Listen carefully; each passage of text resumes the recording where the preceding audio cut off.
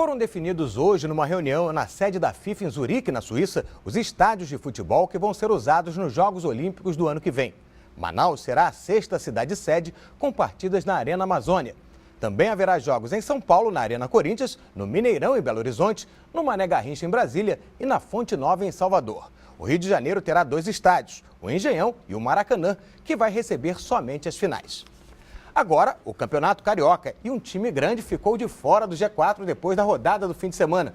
Marco Aurélio, muito boa tarde. Quem achava que a brincadeira ia ficar entre os quatro grandes, tá vendo que a coisa não é assim, né? Boa tarde, Marcelo. Na verdade, nós temos praticamente dois campeonatos, podemos dizer dessa forma. Um campeonato é disputado pelos quatro grandes e os quatro melhores dos pequenos. E o outro campeonato pelos demais. Ou seja, 8 clubes num: Flamengo, Vasco, Fluminense, Botafogo, Macaé, Volta Redonda, Madureira e Bangu. E os demais clubes fazem um campeonato à parte. Tanto é verdade que o friburguense, que é o melhor dos outros, está a 6 pontos de distância do time do Bangu, que é o pior dos melhores. Ou seja, o Bangu é o 8º e o friburguense é o 9º, só que a distância é enorme entre eles. O Vasco teve estreia do Dagoberto, que estreou fazendo gol, inclusive, né? Nós temos os gols, inclusive. Excelente estreia, vocês podem perceber, não só pelo gol do Dagoberto, mas também pela participação dele em outras jogadas importantes do Vasco da Gama.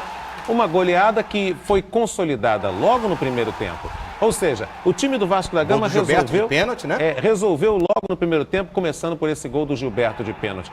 É um time que não tem tecnicamente assim, uma grande prevalência sobre outros do futebol brasileiro, mas tem mostrado uma disposição em campo acima do normal. É diferente do que a gente vai falar já já sobre o Botafogo. Na questão Vasco, no tema Vasco, disposição aí o gol do Dagoberto, na estreia dele. E você reparou que ele ajeitou o corpo para achar a posição do chute. Quer dizer, é de quem conhece aquela região da área, né? Conhece aquela região, ajeitou o corpo para conferir. E fica aqui também o registro para os acertos dos dois defensores do Vasco. Não só fazendo gols, né, ao longo do campeonato, mas também eliminando, anulando as jogadas dos times adversários. O Vasco está com uma boa zaga este ano. O Botafogo jogou e ganhou também do Resende, se mostrando um time muito na média, né? Assim, né? Tem feito boas apresentações o Botafogo. Eu diria, Marcelo, que é a melhor até agora atuação de um time no item obedecer o seu treinador.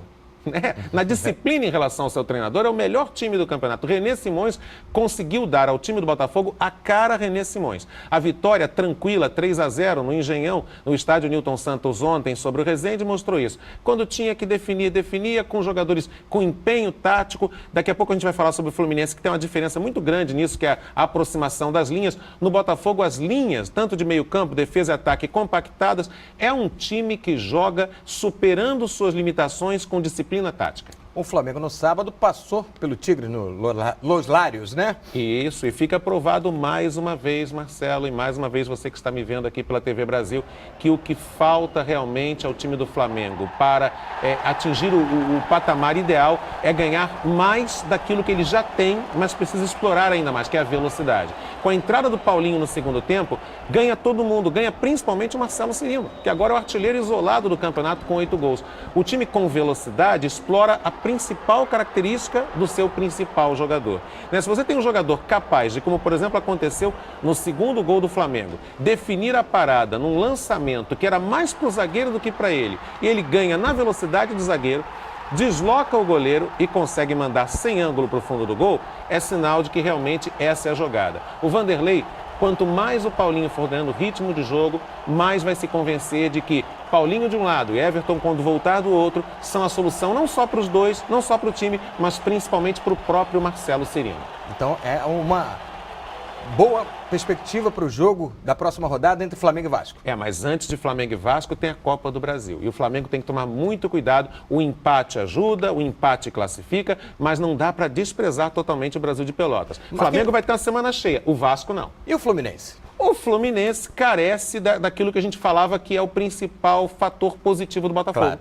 O Fluminense tem exatamente o que falta, né? O que falta no Fluminense é exatamente o que sobra no Botafogo. As linhas do Fluminense estão afastadas e acontecem erros de passe. Se continuar errando passe assim, quem começa a ficar numa fria é o técnico Cristóvão Borges. Muito obrigado, Marco Aurélio. Aquele abraço, Marcelo.